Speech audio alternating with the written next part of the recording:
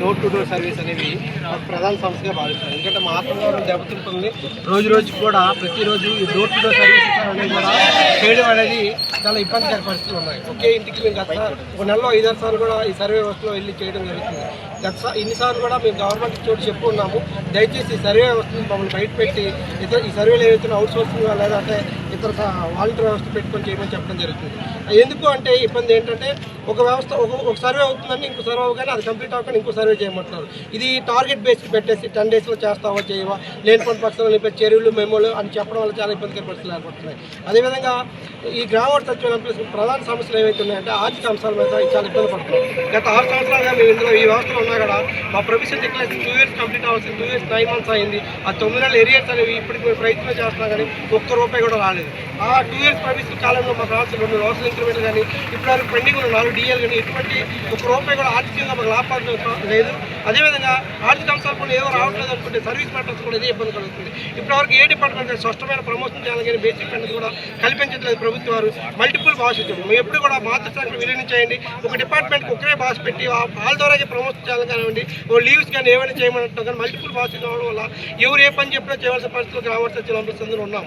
దయచేసి ఈ వ్యవస్థను స్వచ్ఛపలికి ఒక కొత్తగా వ్యవస్థని నిర్మించాలనుకుంటున్నాము. మా వ్యవస్థలో ఏవైతే తప్పుదాలు ఉన్నాయో అవన్నీ కూడా ప్రభుత్వం సరిచూసి మాకు రావాల్సిన ఏవైతే ఉన్న ఆర్థిక అంశాల మీద దృష్టి పెట్టి మా సర్వీస్ మ్యాటర్స్ పైన దృష్టి పెట్టి మాకు కావాల్సిన ఆర్థిక అంశాలు అదేవిధంగా సర్వీస్ మ్యాటర్స్ ఈ మల్టిపుల్ భాషలు అన్ని తీసేసి మాకు రావాల్సిందిగా చేయవచ్చు.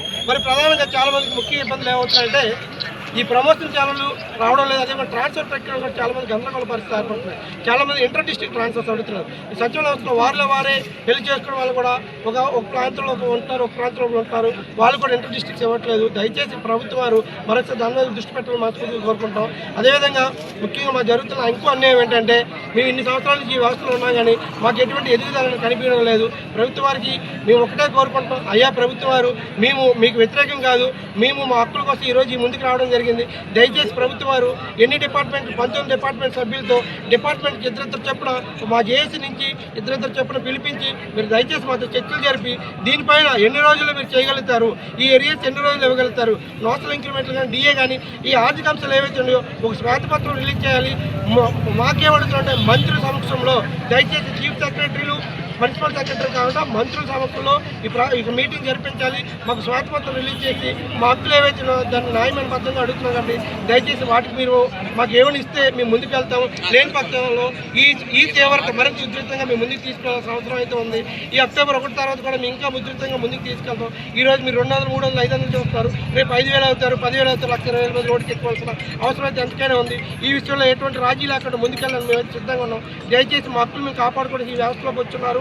దయచేసి మా హక్కులు మేము కాపాడుకోవడానికి మీరు మాకు అవకాశం కల్పించి మీరు అందరూ కూడా మాకు చర్చలు పెడుతున్న మనస్ఫూర్తిగా కోరుకుంటున్నాము.